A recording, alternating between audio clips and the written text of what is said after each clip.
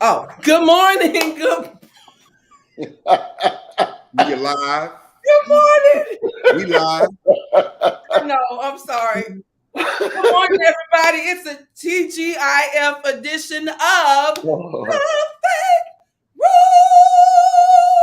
Come on in. It's the weekend, baby. Come on in It's this the morning. weekend. We made it. We made it. Lady It's the child. weekend. No, What so up? Nate, I was thinking you're driving and I just had you doing everything. I'm sorry. No, but ain't. Look who being messy out. It's too What, early. My what up, God. Aisha Cherry?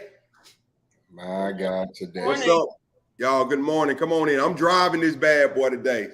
Oh Lord. Sheree. Mm.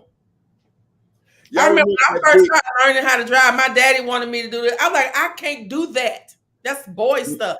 Did y'all mama or daddy had a big fur cover on the steering wheel? The fur, like you were No, but I've seen man, that before. We didn't have it. that's old school. Yeah. No, we had the kind that wrap. My daddy had the kind that, the one with them holes in. Oh And yeah, they- yeah, yeah. And you had to that's, string it. Oh yeah, yeah, baby. that's the kind my daddy had. I remember those. We had a Monte Carlo, a blue Monte Carlo. Monte Carlo is back in style now too, boy. Day. Yeah, they are. Hey, bad. I always call those boy cars Monte Carlo? to me. Man, okay. What was that car? My parents bought me a car. It was it a Cavalier? Whatever it was Jericho. a boy car. And I was like, I don't want that. My And mama had a Cavalier too. they took it back and I got a Shadow. Donnell, what was your first car, bro? My first car was a 78 Ford Granada. Granada. Grandma had a Granada. Hers was green. Yep, a 78 Ford Granada. My Wow. first car was a 88 Toyota Corolla. It was What blue. color was the Granada? It was like a powder blue. Powder blue. Okay. Baby powder blue. It was light. But that feel you, mug, let man. me tell you something. When I tell you that those metal cars, you could hear them coming up the street, Uh-huh. baby, that thing, listen. Yeah, I knew one thing. If I got into a wreck, the other person was in trouble. They don't make who made Granadas? Who was that? Ford. Okay, it was a Ford. All right, here's the question of the day because I ain't got no music, I ain't downloaded nothing. Your first car. So before you cut me off, I was saying I had a 88 Toyota Corolla and it was silver and blue on the bottom. Excuse me, Donnell. First of all, I didn't cut you off. You cut me off. No. Everybody in the room can be a witness. I was in the middle of telling you what color my car was. So what color was your Granada? I said, what? Listen, Linda. I guess Why are y'all like this morning? I'll say less. I'll drink my coffee and be quiet. Your first car, 74 Pinto, Cherie. You remember them Pintos? So I was about to say, what are some cars that they don't make anymore? Granadas they don't make. They don't make Pintos. Do y'all remember, was it a Gremlin? Yeah, they don't make Gremlins. Gremlin. They don't really make Datsuns anymore. Nope. I had a Hyundai Excel. I haven't seen one of those in a while. A Dodge. And then I had a Suzuki Sidekick. I haven't seen one of those in forever. I ain't seen a Sidekick in a while. Ooh, a 65 Mustang. That's classic now. Yeah. What's that? 71? Oh, a Velour. Wait, maybe that's Valerie. Somebody said a 70 blue Pontiac. A Pontiac Firebird. I want a Firebird so bad. I wanted it to be red. Listen, I loved Pontiacs because the wheels were so big. They had the wide tires. Buick Regal. My cousin, that was her first car. It was blue. A 67 Chevy Impala, powder blue for Kadri. KJ. Impala. That's a boy car. Impalas. Yeah, Impalas was the bomb back in the day. What's the question, Cherie? Yeah, we showing your first car. What was your first car? What's up, Terry? You're making model of your first car. 75 Volkswagen. I wanted a Volkswagen that kind of look like the Bug. Okay. No, let me tell y'all something. Do y'all remember a Yugo? Yep. Man. When I tell y'all, I wanted a Yugo so bad. I'm talking about crying, Daddy, please. My dad was like, "We not buying no Yugo." He said that ain't nothing but a lawnmower with 4 doors on it. We not. Yugos were the bomb. I wanted that so bad. I remember when the Dodge Neons first came out. I remember the Neons. What's a Bobcat? A Bobcat. I don't know what a Bobcat was. Toyota. Oh, a Geo Prism. My God. A Toyota Tercel. I remember those. Oh, my goodness. Suzuki Vitaria. Look, Patricia said a 72 deuce and a quarter. That's a Buick, right? 1980 deuce. Honda Civic. Listen, if you had a Honda Civic, you was doing all right. Them Honda Civics rode forever. Hondas and Toyotas are still good cars.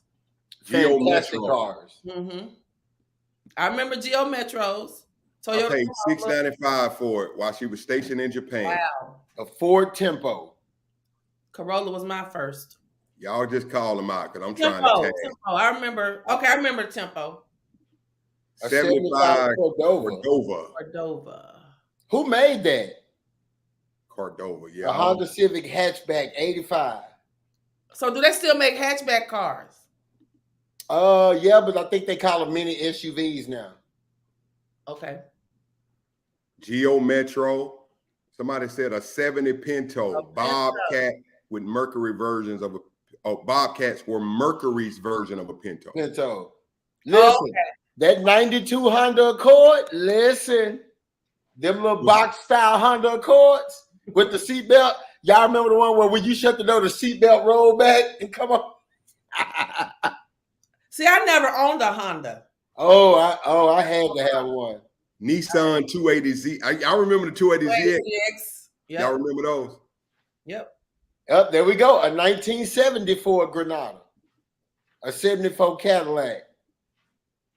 Listen, them old school Cadillacs was really nice. Yeah, floating. That had the ashtray in the door. Y'all remember the ashtrays that you pulled up? They don't. Yep. Did you have to push the button for it to get hot? Oh, that's the lighter. Yeah. Yeah. Float on. Come on in here, y'all. What up with it? Ford Tempo, Honda. Big D. Mazda First car. Your first Mazda Protege. And model of your car. That's the question of the day. Jerica said, where the Cutlass riders at? Cutlass. I ain't seen no Cutlass this morning. I ain't seen one. Yeah, come on in, everybody. Good morning. Let's go. We're at 160. Oh, a 83 Oldsmobile Delta. Delta 88. Yeah. Come on, Monte had a Delta 88. 84 George, I had a 1986 Cutlass. Somebody said a 1984 Pontiac Grand Prix. Yeah. I'm 1971 Volkswagen. People buying those cars now, boy. Ooh, a Buick LeSabre. You had a grown person car, Jay. You had a Buick LeSabre, yep. A grown person car.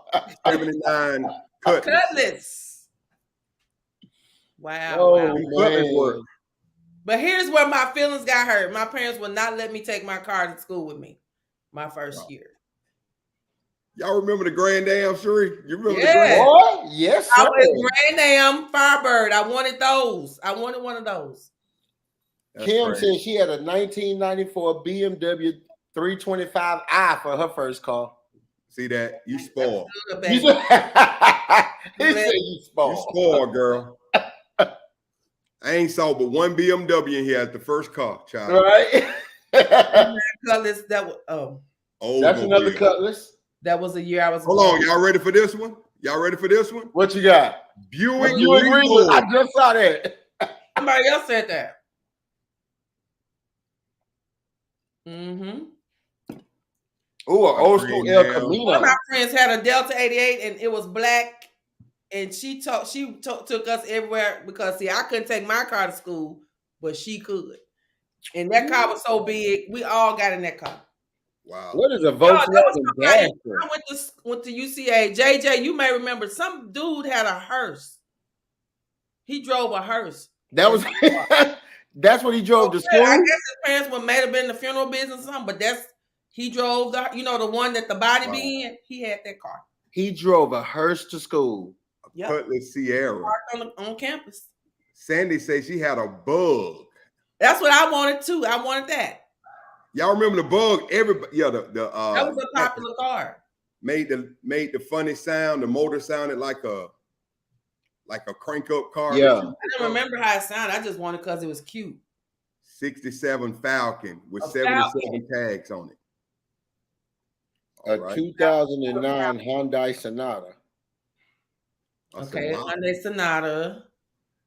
See, you could tell the young people in there. Yeah, I know the young folk. Yeah, Hyundai wasn't even made when we was getting our first cars. Right. The key. What is this? A Ford Probe. Yeah, I remember the Probe. Nova. Y'all remember the Novas? Yes. Lord Jesus. I think my mama said it was all metal, no air, and I called it the hot box. Man. All right, y'all. Let me tag. Y'all just call them out because I got. Y'all, these some good calls. These are some good calls. 96 Mazda Protege. What was the make and model of your first vehicle ever? The make and model of your first vehicle. 88 Chevette. I remember Chevettes. Oh my. Oh my. A 1974 Ford Festiva. I remember those. With no struts. A deuce and a quarter. I did have a Yugo. Now when they say a deuce and a quarter? The Buick. I forgot the real name for it now. Yeah. I'm gonna go find it. I'm gonna go find it. Y'all remember them Luminas, boy? Yep. Who made the Lumina? Who made that? Nissan Stanza. Remember that name? Well, we getting old, y'all. I feel because you don't see these cars no more. Right, when they stopped making cars that you once knew. Like they don't make Novas and Pintos and Gremlins and Granadas and Delta 88s and Oldsmobile. That's what it was called, Cherie. The deuce and the quarter, the 1972 Buick Electra. That's what I thought. Because my aunt had one. It was green. A Buick Electra. But Martin Real recorded an album entitled "The 72 Deuce and a Quarter," and so he had a car. Chevy Impala. Okay, man, you bring out a 78 Impala, you'll get 30,000 for that. Classic. They will probably have antique tags on them. Man, listen. LTD. Somebody had an LTD. Wow. Is that the long? That's the real long one, right? The long. They was all long. Yeah. Right. They could all cut corners. A mothership. Y'all remember though, they used to laugh at those cars back in the day. But now they drive them. You see classics. Because they're classics. A Ford LTD. Let me look that up. See, so I can 72 Ford Pinto. Back then, they wanted the most futuristic car. Nowadays, we want the most classic car. For sure. LTD. Oh my goodness, I remember that, Cherie. Put that up again, Cherie. Let me see that long car.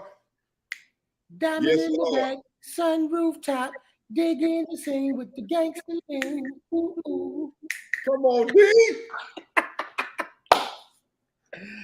Listen, them songs bring back memories. What did Queen say? My brother had his first car. Somebody stole it. I will never forget him standing in the window crying. I cried too. Remember when car phones first came out? They were bricks.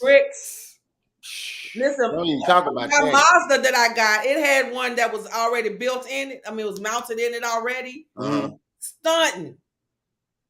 I did not have that phone cut on, but baby, wasn't calling nobody. In my car, it was like, oh, she got a car phone and do. Now don't call nobody on it because it don't work. Oh my God. And y'all know what a Nissan Pulsar. What? I don't remember that. I ain't never seen that. Pulsar. I gotta look that up now. 76 Monte Carlo. So I think our Monte Carlo was about a 76 or a 77. Ours was blue. What did Nick say? He had a 65 Mustang. Oh, okay. Hand me down. That's all right. That's how I go. The eldest, I had to pass my Toyota to my brother. And y'all, it was so funny. I was on my way to work and I saw that car, my brother in that car, way somewhere from school. I was like, where he going? And Wow. he messed around and had a wreck that day. And you told. I didn't know he had a wreck. I just saw him. He was way over there by Horace Mann. And he went to Central. I'm going to work, getting on the freeway. They were going over there. They had a talent show. They were going over there to get some equipment or something, but you shouldn't have been over there at that time of the morning. So man, was it a bad wreck or was it kind of, he was okay? Okay. Gotcha. 81 Nissan Sentra. All right. Capri Classic. The name of the Lord. We bless him. All right. What's the 1970 International Truck? Amanda Nelson. What's that? Amanda, yeah. They took it back and I got a turn me down. A shadow. No, I don't know what that is. First car, bro. My first car was a 78 Ford. Who is that? Grenade. That's Donnell over there playing the foolishness. No, why is it so far behind? I don't know. That's Donnell over there with that foolery. No, sir. You see how he kept his face straight? He did. Who? You. Used for plumbing. Oh, okay. Okay, an international truck. Regals and Monte Carlos. I can't want one. 82. No man, I've never heard a Celica, boy. I remember a Celica hatchback. The Celicas with a bomb. Dodge Shadow. I had a Dodge Shadow. That was my second car. It was white. Oh, y'all telling me. I had a Sebring, a convertible. Y'all are telling y'all. You had a convertible Sebring? Nah. Okay. Telling y'all age. And then I had a y'all see. Y'all Sharita had a lot of cars. What was the PT Cruiser? I had that. You the bomb, Sharita. My brother said it looked like a listen, that PT Cruiser used to hit though. Everybody wanted a PT Cruiser, boy. I wanted a Ford Focus. But I was on my head for that Yugo. Trust and believe. Dr. Wells in the building. A Mazda 323, Honda Prelude. I remember the Prelude. All right. Do y'all remember the Mitsubishi Galant? I do. I remember the Galant. Let's call it a Mitsubishi. Walter was that bad kid in class that got the whole class in trouble and nobody found out. Absolutely. Because he kept his face straight. You can't sit by him, people like him in church. I am completely appalled at that allegation.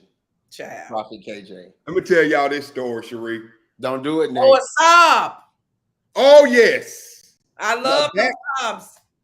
I was too big for a Saab. She said she owns it right now. Yeah, you was at the time. At the time, I was too, boy, that Saab. At the time. Dodge Big Saab. Nate was Big Nate for real. Listen, 12th grade, y'all. I have friends right now still thanking me for this. 12th grade, check this out. My teacher, Miss Young, this was the finals, y'all. This was our finals. Y'all, we had a finals on that story, Macbeth. Y'all remember that all we did in class was read Macbeth. And she did so it was like the 11th grade. Well, you said 12th grade. Yeah, 12th. We were behind. So anyway, Cherie, the class thanked me to this day. So I was the one, that when she went out the room for something, y'all, and the answer key was on her desk. Nate. So y'all, and it was multiple choice. So I was doing this, y'all. I would run up to the desk, A B B B A A. You were so stupid. C D E E C D E E E. What? So he is confessing that he cheated. They thank me to this day for getting them through that final. It was the level of cheating for me. The Lord forgave me, but I was in the 12th grade in my senior class. Nate the Great. Give me a hug, boy. The courage it took. I'd have messed up everything. I would have got everybody caught. Hey, we had a guy in our class named James McReynolds. We call him Mac, J-Mac. And she looked at his, because she graded the papers before, you know how before you leave class, you know if you're going to. James wasn't all that. James struggled with English. And he done got him all right. She looked at this paper like this. James? And you ain't got him all right all year. James graduated, y'all, because of me. We were way back there, but we did it. You know what? 1A caused him to graduate. Yeah, you know what I'm saying. They said Miss Young just passed him. McJane, go. Yeah, go ahead, baby. Go on. You got to be. He had 21 in the 12th. You got to be careful telling stories like that. Somebody gonna go back in your past and use it against you. Listen. See, I told y'all his integrity. I'm out now. What was y'all? I told y'all his integrity was off. What was y'all most crazy experience in school? Y'all got one? I got caught cheating. You got caught. I had a calculator. Oh, Cherie, that is, I guess. So for me, one of my craziest moments in school was, oh Lord, I had a certain class that every time I went to it, I automatically had to go to the principal's office because we used to talk about each other and talk about the teacher, rank on everybody. So that's what we did, right? Lord. So I would walk into class and hit the door like, oh, what's going on, Miss Johnson, with your old arm, and find something to talk about, right? So it got to the point to where every single day I came in her class, I automatically had to go to the principal's office. So much so that I had my own desk in the principal's office, and technically I became an administrative assistant in school. I was in there helping my principal file papers. You had to run the office. You're right. I was the office manager, but that was my punishment. Because that's what we did, man. We loved talking about each other. It was so much fun. Yeah. These are memories, man. Anybody ever get paddled in school? You ever get paddled? Paddled? Okay. Oh yeah. Now, this is not in public school. Before I went to public school, I went to private school. I never got in trouble. I didn't get in trouble. I didn't never get paddled in public school, but in private school, my tail got wore out. I was the model student. For the in young public people. School, they gave us the business. Yeah. All the coaches. So public school, didn't they have to have a witness? Well, I guess everywhere. Nope. No. Not in our school. They were still paddling, and I was walking in the gym singing Luke Skywalker. My football coach heard me right as the P was coming out of my mouth. Okay. Wow. What Jericho say? Let's get one more. We're gonna get going, y'all. I caught on the roof smoking. Left school to go boost at Old Navy, and the police came to the school and arrested us. And everybody was standing at the window watching us get taken away in handcuffs. Wow, Jericho. I don't even know if Old Navy was around when I was in school. Dang, Jericho. Tell your story. Testify. Donnell Waller, 2nd grade, I got paddled public school. Oh, yeah. And this is exactly our counsel. Corporal punishment wasn't that bad, though. Look at her. She said, "This look, somebody said this generation that got out I can't say it. We might get. Where is it? Let me see. I'll read it. Where is it? No, I'm saying this. This generation, Gen X and maybe. I think we know how to act better than these timeout kids. Absolutely. Come on here. Absolutely. Come on. Yeah. No doubt. Tagging that tail got us together. Because the moment these kids realized they wasn't gonna get whooped, they start taking advantage of it. Or that their parents gonna come and act a fool. When we grew up, if another grown up told your parent that you was, first of all, that grown up could get you together. Then if they told your mom and daddy, you gonna get it again. Absolutely. This generation now, mamas and daddies, you can't say nothing to nobody.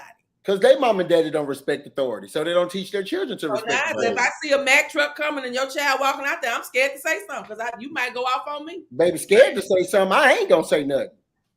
Celia got paddled in I pray at the Catholic funeral by 3 nuns. All right, y'all, listen. Happy Friday. It's a Q&A Friday. Our brother, Prophet Donnell Walder, we're at 222 right now. Thank y'all for engaging just some chill conversation. If you're here for the first time, if you would type in the number 1, let us know where you're watching from.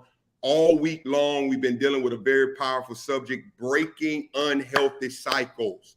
And I want you to type in any questions that you may have concerning bad cycles, concerning addictions. We're going to release the prophet to share. Y'all know he brings a lot of great information. And I'm going to work the board in the comments. Pastor Cherie has a meeting, so she may have to skirt out in a minute. But Cherie, we've had a great week, sis. What you think? Phenomenal week. And also, there's a first timer here. We do. Let me see.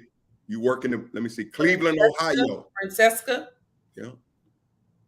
Okay. Welcome. Francesca, you've been in here before. Francesca, welcome to the faith room. You've been in here before. Welcome back, Francesca.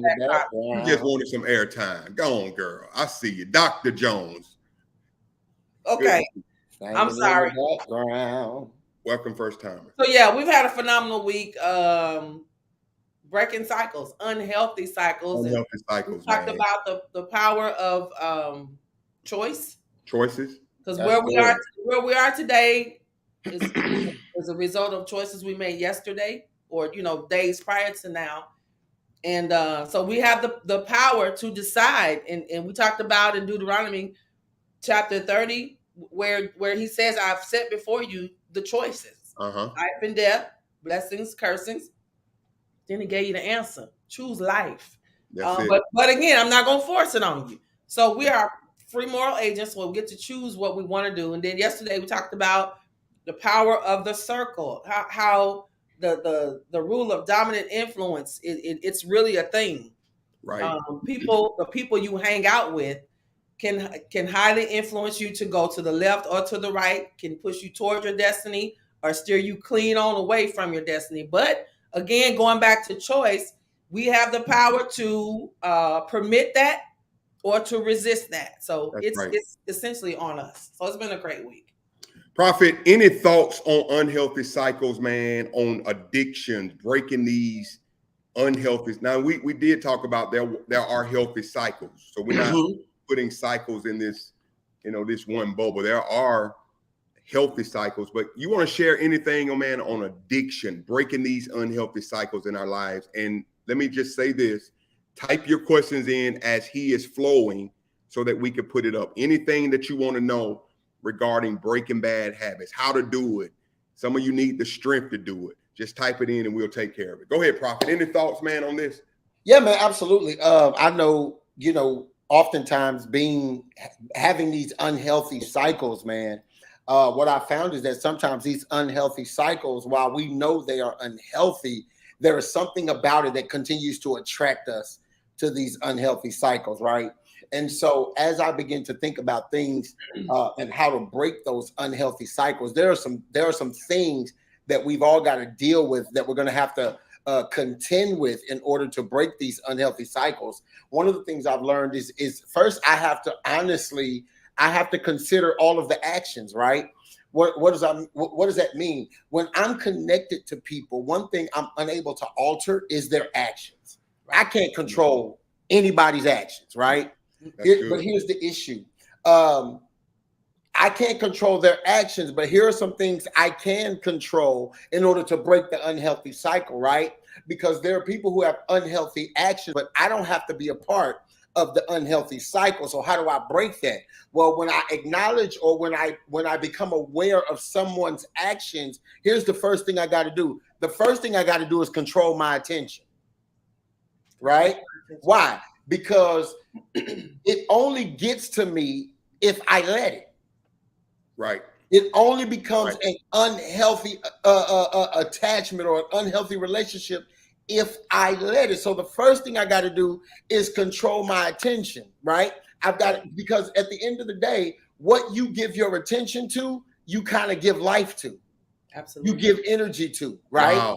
So I've got to control my attention. But then, Elder Cherie, once I control my attention, I've got to restrict access. Okay. Here's the thing we must understand. Pastor Nate, I can't control nothing you do. Nothing. But I can control how much access you have in my life to do it. Come on. That's good. You see what I'm saying?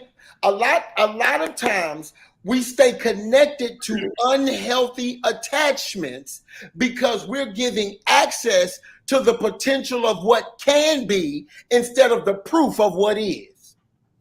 That's good. So you'll stay connected. Wait, say that one more time. I said, last part. Oftentimes we'll stay connected to unhealthy attachments because we give access to the potential of what could be instead of the proof of what is. Gotcha. Right? You'll see people in your life who they don't honor you. You know they don't really respect you because you don't see them respect others. You don't see them honor others. But because you know they have a good heart or they have a good spirit at times, you'll continue to allow them to have an access to you that their actions have proven that they cannot handle. Now, here's what happens, though. What happens is now we become aggravated. I'm aggravated because your proof does not match my expectation of your potential. Come on. Like, I know you better than this.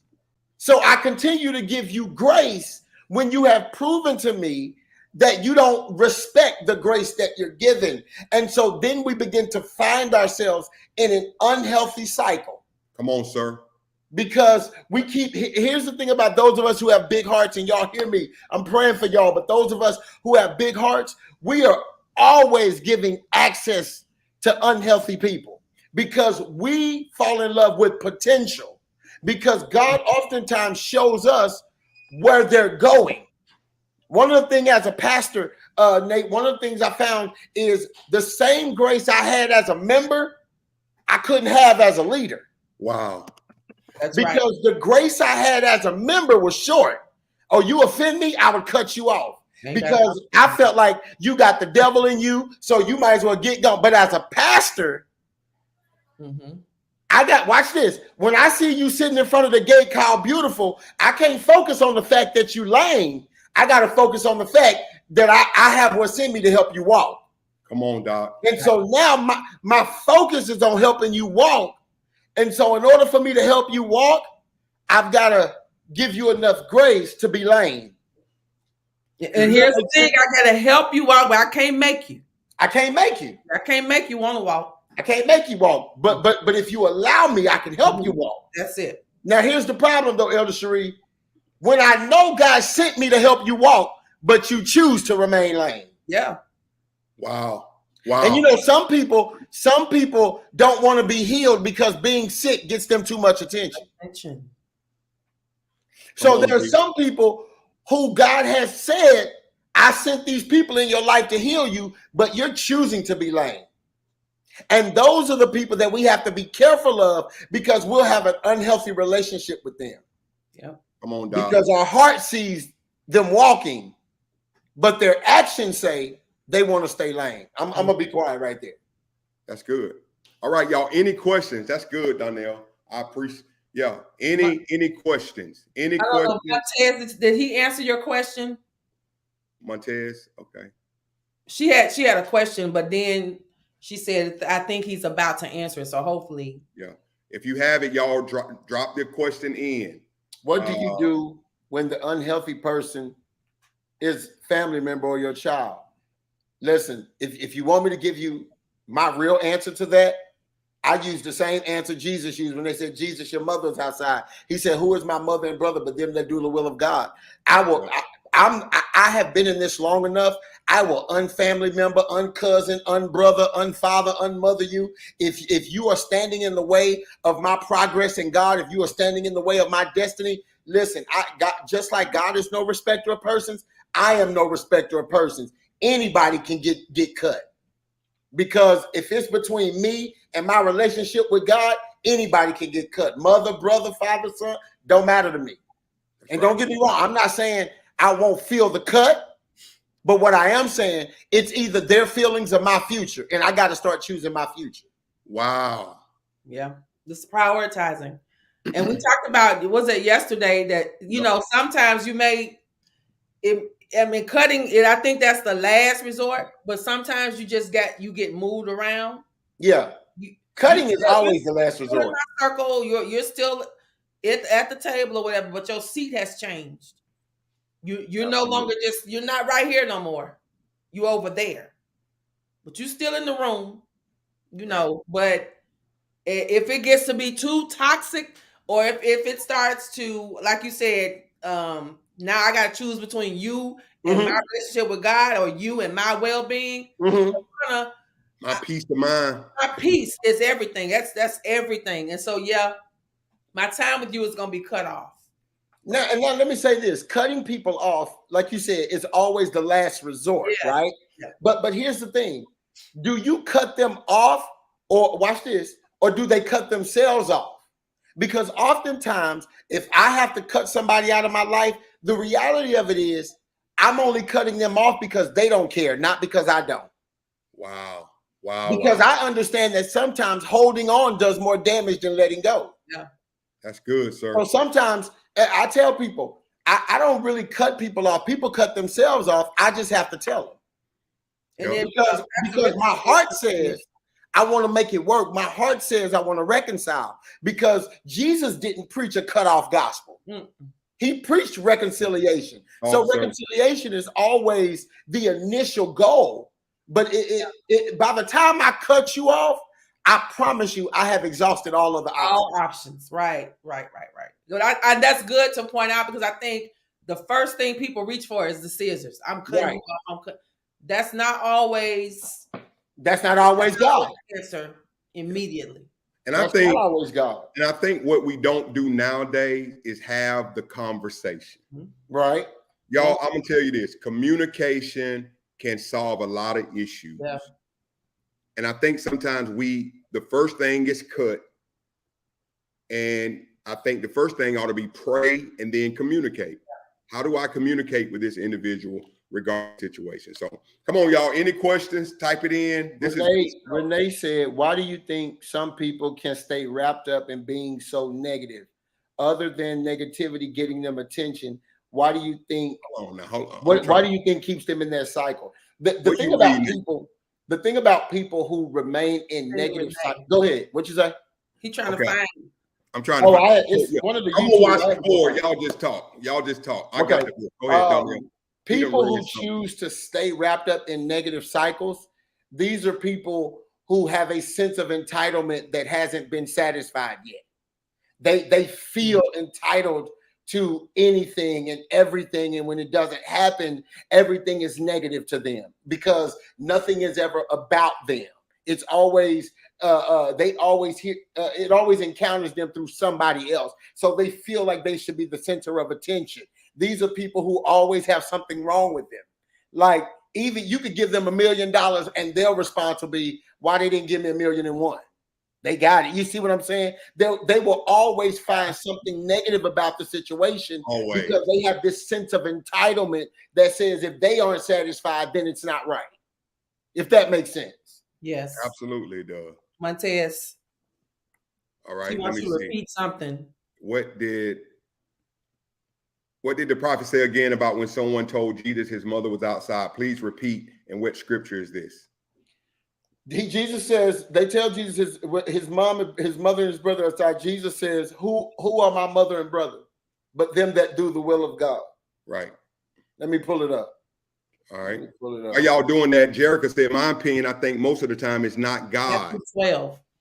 Matthew 12 is protecting my own feelings, not wanting to experience pain or hurt or sadness. Most times people cut off out of a protective defense mechanism because people don't want to go through stuff and lack conflict resolution skills and just effective communication. So they're protecting themselves. So that's good, JB. I want to do the work sometimes. It's because it's difficult. We're saying it like it's easy, but even having the conversation can sometimes be difficult. Yeah, absolutely.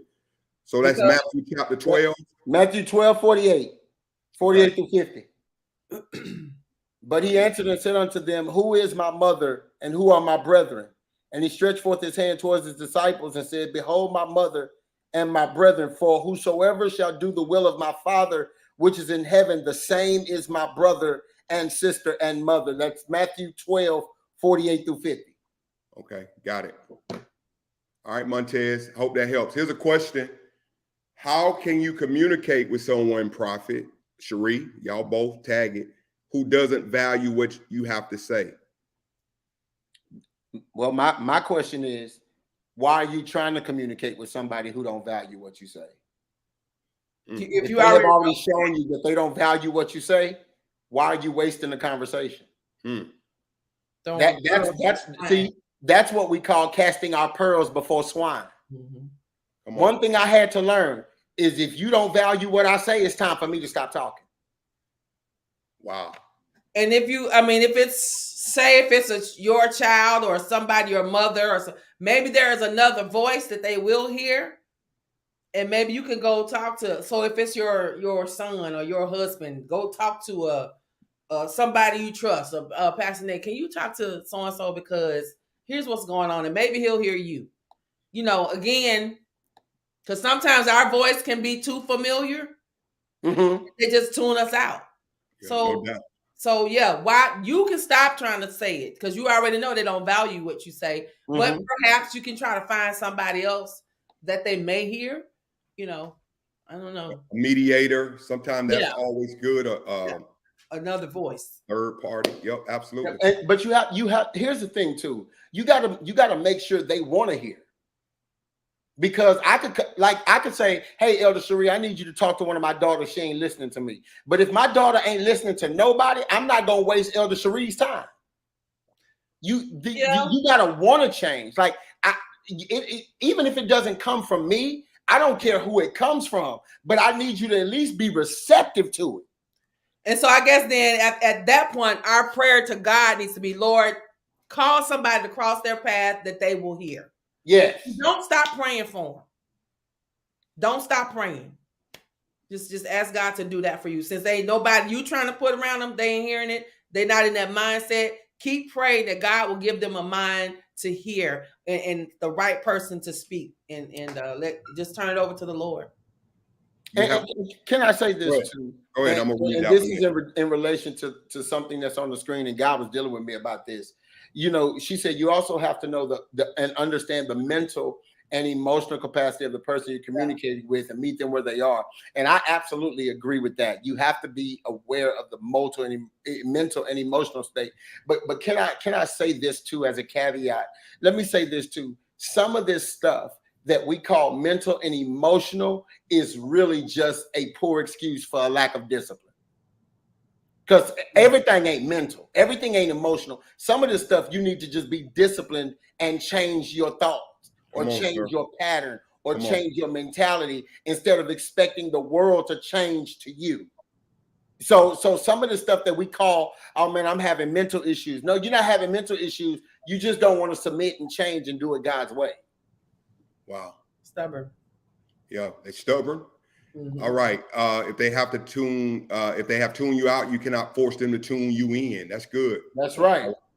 We don't stop praying. We don't stop loving and supporting from a distance, but we can't want more for someone else than they want for themselves. Absolutely. That is frustrating.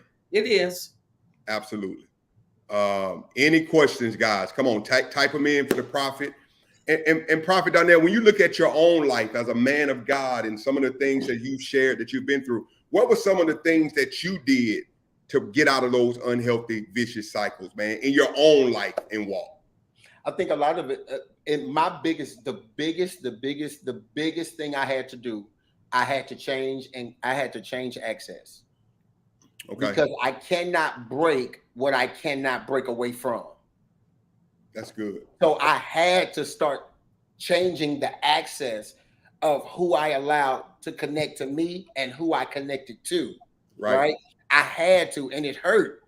It hurt because it required me to be lonely sometimes. It required me to have to stay home sometimes, if that makes sense.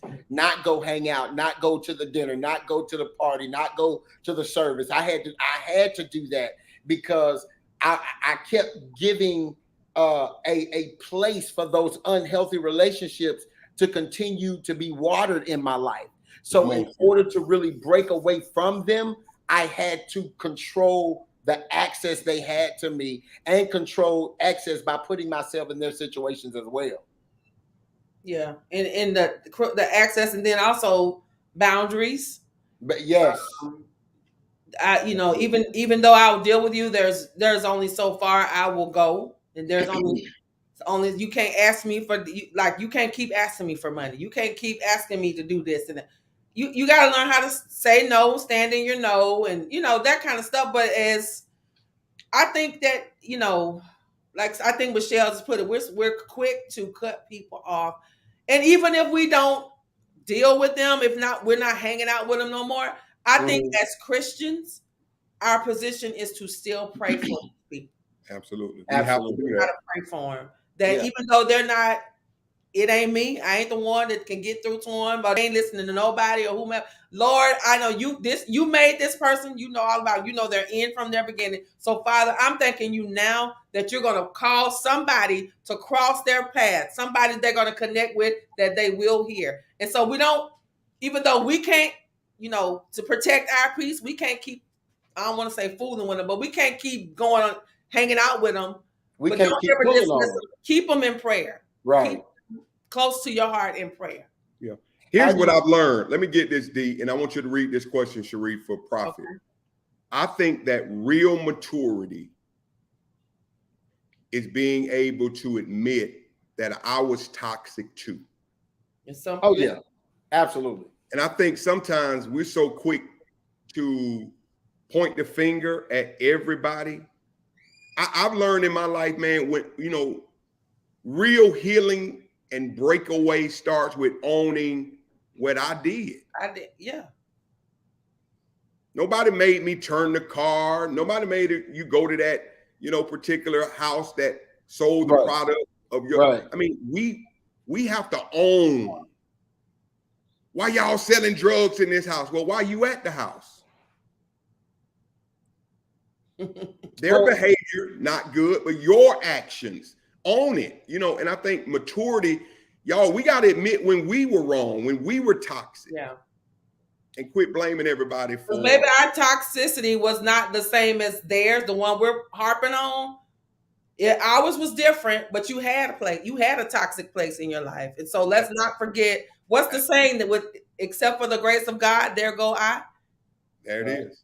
I simply say the toxicity that you entertained is the toxicity you were attracted to. Absolutely. Because here's the thing, and I had to tell, I was talking to one of my daughters a couple months back, and I told her, I said, you're attracted to toxicity because there is something in you that's toxic. Wow. Because you attract what you are. Let me tell you something. I always say this, you teach what you know, but you're gonna produce what you are. So if there is something in you that's toxic, you are going to be drawn to toxicity. You can't tell me you a drama-free person, but everybody in your life got drama. There is something in you that's attracted to that drama. They can bring it to you. So like you said, you gotta acknowledge it in you first. No, the reason I'm attracted, here's the thing. Many of us, that's why a controversial post will get more interaction from the church than a spiritual post. Yeah. Wow. I can go on there right now. I can post right now and talk about how amazing of a pastor Nate is and how awesome of a pastor you are, right? I'll get a couple of likes, a couple of people who like y'all, but let me get on there and say y'all been accused of sleeping together. It'll be viral tomorrow. On and near everybody. It'll be why? Because we whether we know it, whether we want to accept it or not, there's a toxic part of us, even as believers, who are drawn to the controversial things. Yep. And you make controversial things more popular than the things of God. Yeah. Profit. That's why the devil gets more airtime in church than Jesus does. Because 90% of our sermons are always about your haters, always about the devil, always about your enemy. The devil get more airtime than Jesus in his own house. Lord have mercy. Here's a question. How do you determine if a person lacks capacity, mental wellness versus lack of discipline? Y'all have an answer to that? I think that's what I was going to say. He had addressed earlier. He got that one. Yeah. With that one, the person who lacks the mental capacity or the mental wellness, those of us who say we have any type of discernment at all, you can pick up on that. The person who lacks discipline is usually the person who got advice for everybody else with no evidence of it working in their own life. These are the people that can get on your post and tell you how to find customers, but they don't own a business. These are the people that tell you how. These are the people that say, "Let me show you how to make $500 a day," when they don't make $500 a day. That's good, sir. These are the people that always got answers, but they have no evidence or proof, or you don't see it working in their own life. See, if I got a mental capacity, I ain't trying to help you because I know I can't help myself. But when it's a lack of discipline, it's easier to give everybody else medicine until it's time for you to take the same medicine that you give. That's good. And now you got an excuse for why it ain't working for you, although you still trying to tell somebody else it's gonna work for them. That's how I determine between the two. Yeah. Somebody said that's my prayer for my son. After 10 years of dealing with his addiction and emotional abuse, I had to make the choice to protect my own peace. I pray daily and often fast for his deliverance from drugs, but he no longer has access to me. And then Don. And then here come people who don't know. Just because I don't give you access to me at all times does not mean I don't love you. It don't mean she's a praying mother. Mm-hmm. But somebody will look at like she just took her hand. She don't fool with her own girl. Bye. You don't know people's journey. So going back to what Nate stated and what Prophet stated, sometimes there's a toxicity on the inside of us that causes us to be drawn to certain things. That means, y'all, that we're ever healing. We need to be always working on ourselves. Therefore, you ain't got time to be worrying about what somebody else got going on over there. Work on you. Make sure that because clearly there's some residue somewhere. You think you good, but every now and then you drawn to some stuff you should not be drawn to. It's still some residue on you, sis, bruh. So we need to always be working on, God, help me get this, help me get myself together. And see, I think if we spend more time working on us, we won't be so judgmental and always pointing the finger and looking down on people. Yeah, that's so good. I think that's just where we are. Looking in the mirror, man. Looking in the mirror. And I think that's so critical. Taking care of yourself is a full-time job. Because I could be a handful. Listen, this is a full-time job over here. But the more I talk about profit, the less time people have to focus, or you're trying to deflect. Right. Yeah. And people live their lives in deflection always. So, but that means as long as I got y'all looking at profit, I ain't got to never look at me, and y'all ain't gonna look at me. People spend a lot of time projecting their preferences on others and trying to force it to be their requirements. Yeah. But you got to understand your preferences are not my requirement. They are not. Yeah. So I don't have to adjust my life to live according to your approval, right? But yes, we are supposed to grow together. Yes, we are supposed to mature together. Yes, iron is supposed to sharpen iron, but keep in mind your particular preferences. Like just because you don't like blue don't mean I'm going to hell for wearing it.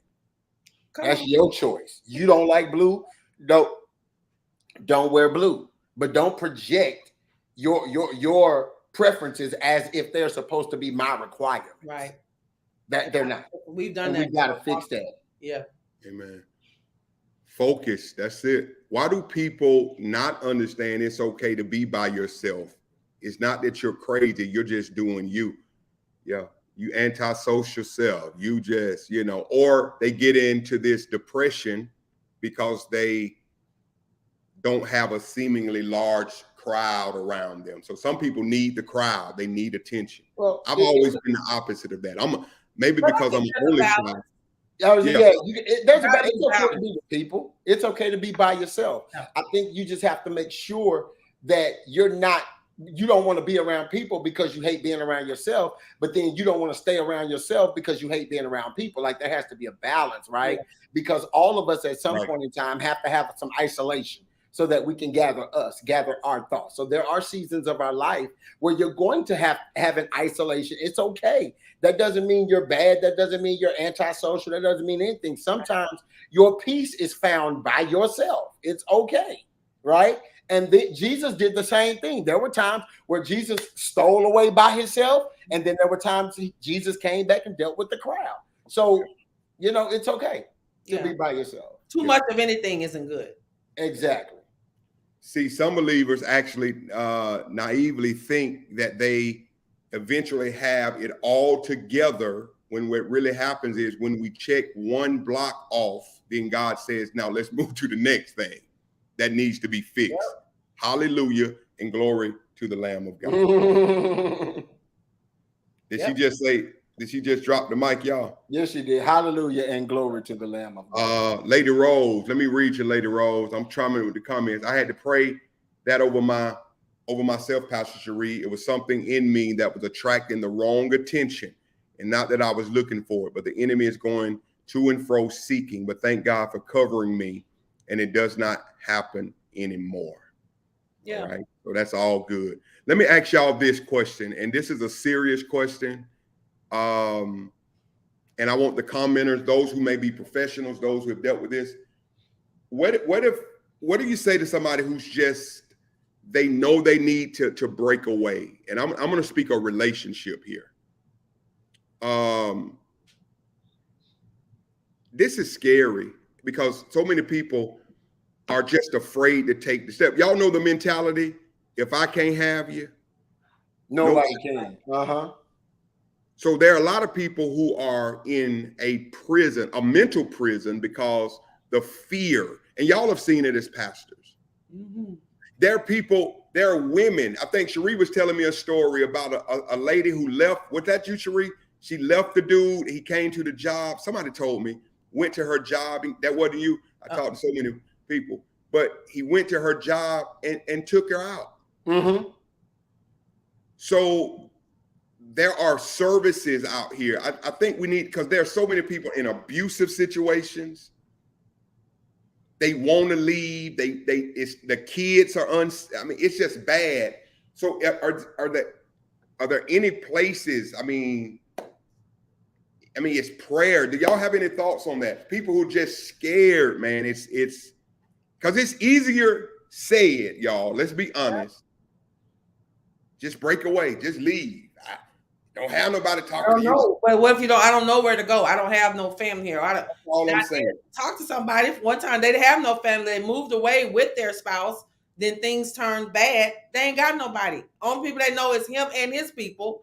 And of course, his people taking his side, and it's a threatening environment.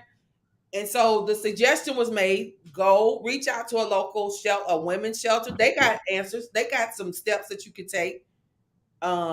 As far as getting to safety, but it's a new kind of crazy out here.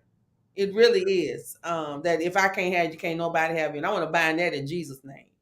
So I don't have answers for that.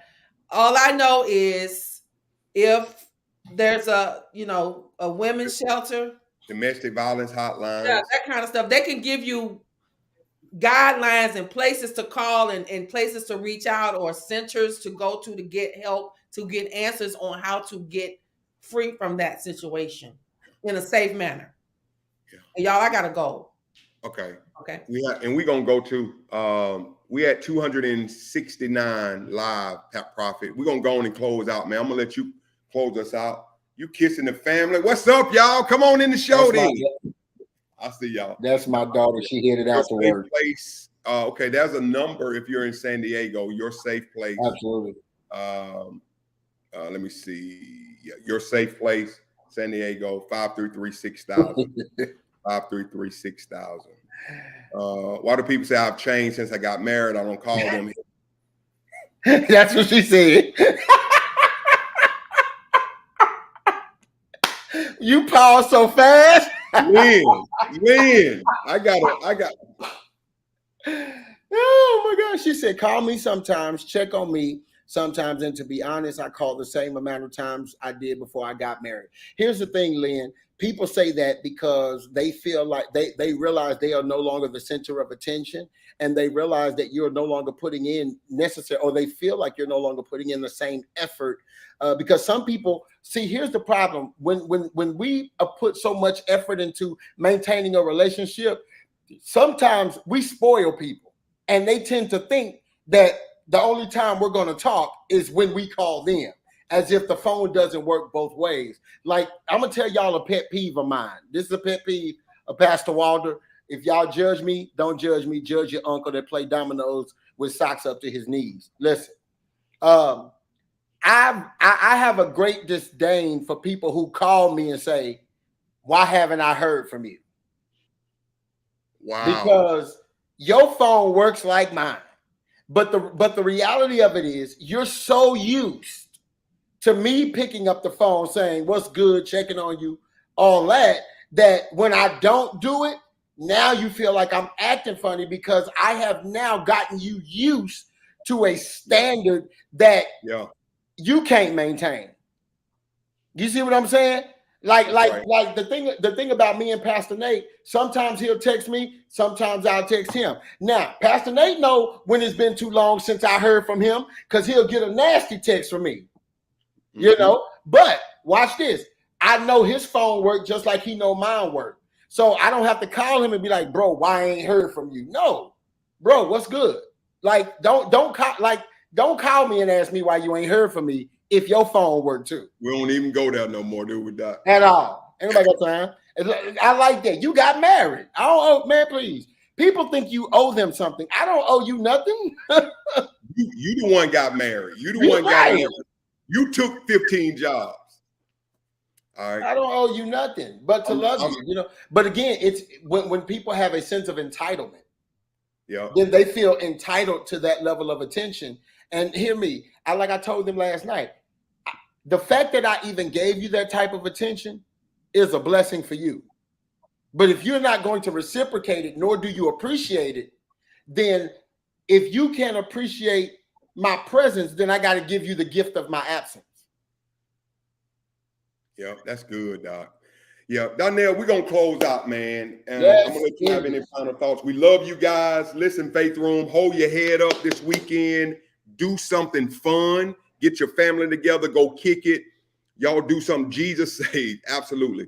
Man, close us out. We're going to have people to give too, Pastor Prophet. We always give on Friday, Faith Room. We love you guys. Every seed you sow, everything is pointing to the ATL. And I think we had some guests in today. So the ATL, what's happening in the ATL? Well, we got the meetup next year, man. The meetup in the ATL. All right.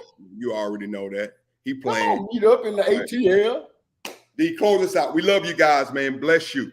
Hey, we love you. Listen, Father, I thank you for everything that we have done today. I thank you for what our eyes have seen, what our ears have heard. Now, Father, as we prepare to exit the Faith Room, Father, I pray that our faith is ignited. I pray that our faith is charged, Father. And even as they prepare to sow, Father, I kept seeking you, asking you what you would have me to ask of the people today. And so, Father, I release this as you have given it to me. Those of you that are watching, I want to challenge you with a seed of just $35, just a small seed of $35. I'm sowing. I'm going to be sowing to the Faith Room. I want to challenge you to join me in sowing just a $35 seed. I know that's what I heard God say. Listen, if you don't have it, I'm not talking to you. But for those of you that have it and don't mind sowing it, listen, now I'm not telling you not to pay your light bill. I'm not telling you not to pay your rent to sow this seed. I'm saying if you have it to sow, I want to challenge you into sowing that seed today into the Faith Room so that you can help lighten the load as we get closer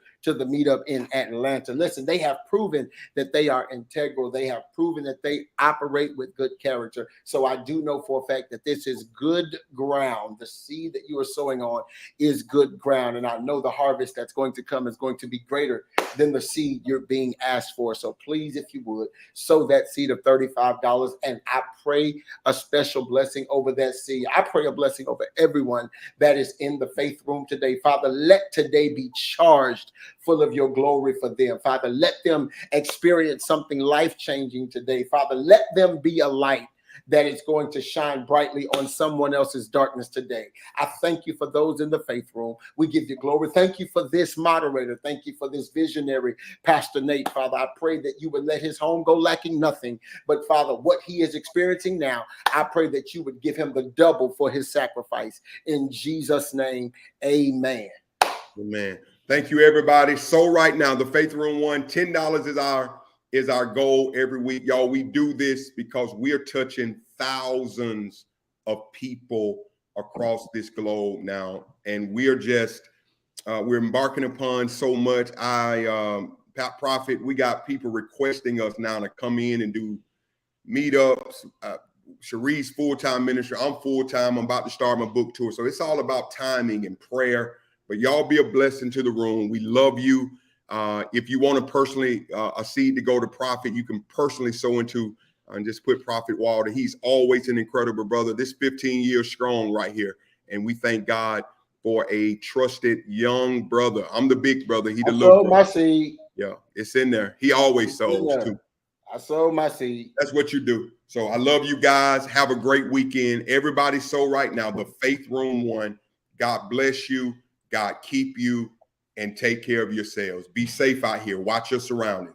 Peace. Love y'all. Be blessed.